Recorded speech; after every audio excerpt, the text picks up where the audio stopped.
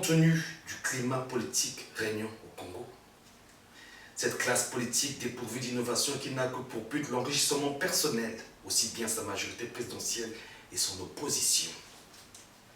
Cette classe politique qui aujourd'hui nous a démontré son incapacité et son incompétence avérée à la gestion de la cité, et qui sont incapables de comprendre et entendre les vraies aspirations du peuple congolais dans sa diversité.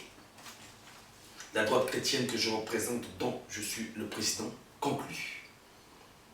Jeunesse congolaise, prenons conscience, car l'avenir d'un pays appartient à sa jeunesse. Chaque génération est en mesure d'avoir ses propres leaders ou son propre leader. Chaque génération est en mesure d'apporter son expertise ou sa vision face aux contraintes ou aux difficultés qu'un pays peut traverser. Chaque génération est unique. En d'autres termes, une génération est capable d'apporter sa pierre angulaire sur l'édifice de la nation. Ceci dit, la jeunesse congolaise ne peut plus construire le pays avec des vestiges du passé, avec des promesses non tenues, en passant par des rêves brisés, afin de bloquer l'épanouissement et le développement d'un peuple.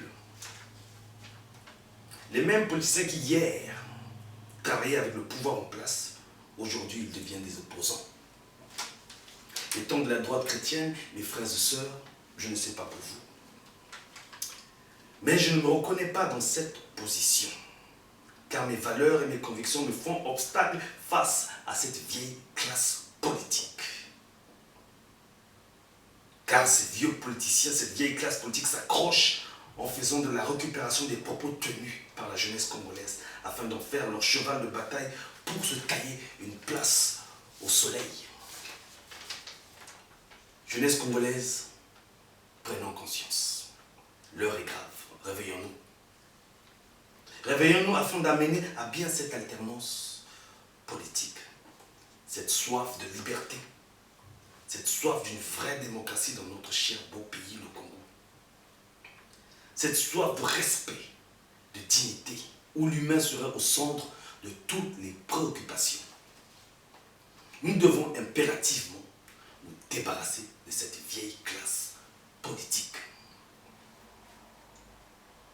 Nous devons impérativement nous débarrasser de cette vieille classe politique, car cette vieille classe politique étouffe les aspirations de la jeunesse. Cette même génération politique est responsable des maux qui minent le clivage politique congolais, d'où le tribalisme est devenu leur marque de fabrique.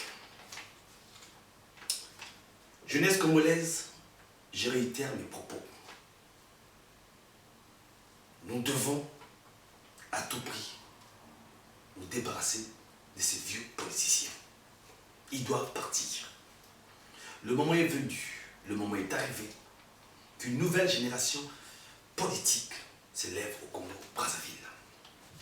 Ensemble, tout est possible pour affronter les défis d'aujourd'hui et de demain, comme le réchauffement de la planète, les énergies renouvelables, les emplois, la santé, l'éducation, et j'en passe. Au Congo, nous avons les Vili, les Bembe, les Teki, les Kouyou, les Moshi, etc. Et notre diversité ethnique font de nous une seule nation, un seul peuple. Nous avons besoin des hommes et des femmes forts et raisonnables, car nous sommes à la croisée des chemins. Non à la dictature, non à l'instrumentalisation de la jeunesse congolaise, oui à l'alternance politique. Que Dieu garde.